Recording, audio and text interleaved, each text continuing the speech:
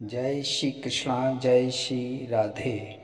दोस्तों, आज की कहानी है एक सुंदर स्त्री और नाग की कहानी है। बड़े ही रोचक कहानी है।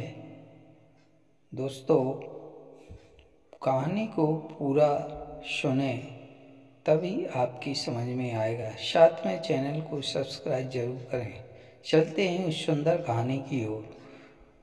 एक राज्य में एक राजा बड़ा ही वीर और साहसी था। एक दिन रात में जब वह सो रहा था, तभी उसे किसी औरत की रोने की आवाज़ आई।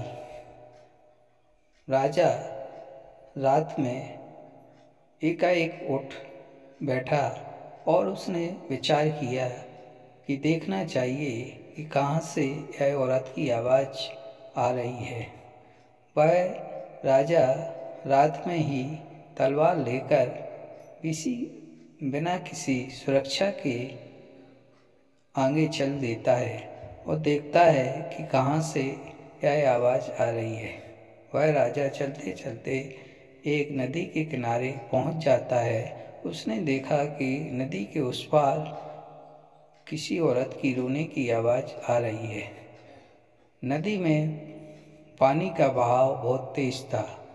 वहाँ पर निकलने के लिए कोई साधन नहीं था। राजा ने अपनी वीरता और साहस का परिचय देकर उस नदी में उतर गए और उस पार पहुँच गए। उस पार पहुँचकर उन्होंने देखा कि एक पेड़ के नीचे एक औरत की रोने की आवाज़ आ रही थी।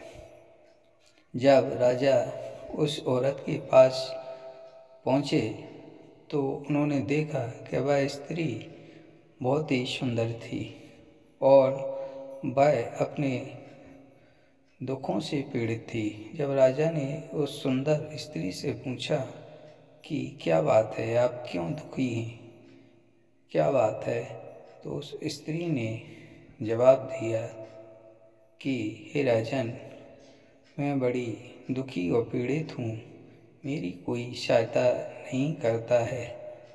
तो राजा ने कहा, यह कौन सा दुख है, मुझे बताओ।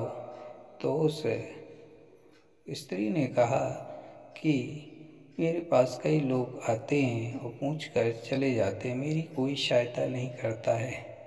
आप मेरी क्या सहायता करेंगे? तो राजा ने कहा कि आप अपने पहले दुख को बताइए, मैं ज़रूर आपकी सहायता करूँगा। तो उस स्त्री ने कहा कि नहीं, पहले आप वादा करें कि जो कुछ हम बताएंगे उसको आप पूरा करेंगे। तो राजा ने कहा हाँ हाँ, ज़रूर करेंगे।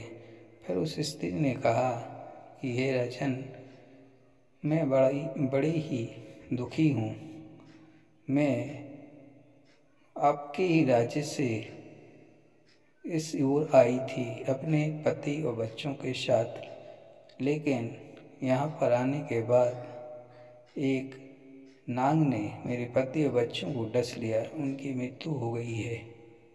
मैं अब अकेली बची हूँ। यह नाग मुझे डसना चाहता है, इसलिए मैं रो रही हूँ। राजा के सुनते ही वहाँ पर एक नाग आ गया और वह रानी की उस औरत के पास उसे डसने के लिए जाता है। तभी राजा तलवार लेकर उसके सामने खड़े हो जाते हैं और उससे कहते हैं कि इस औरत को क्यों मारना चाहते हो? तुमने इसके पति और बच्चों को मार दिया है, अब इसको क्यों मारना चाहते हो?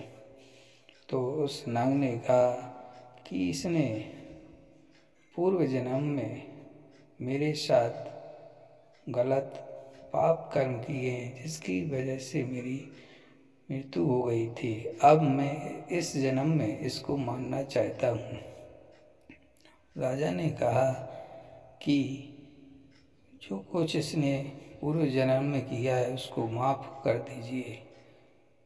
तुम तो नाग देवता हो, तुम शिव जी के गले में धारण होने वाले हो, अतः तुम्हें पुराने पाप कर्म को भूलकर इसकी सहायता करना चाहिए, इसे माफ़ कर देना चाहिए। तो उस नाग देवता ने राजा से कहा कि मेरी एक शर्त है, यदि तुम इस स्त्री के साथ विवाह कर लो तो मैं इसे छोड़ दूंगा। तो राजा ने कहा कि ठीक है, मैं इस स्त्री के साथ विवाह कर लूँगा। तो राजा ने एक मंदिर में जाकर उस सुंदर कन्या के साथ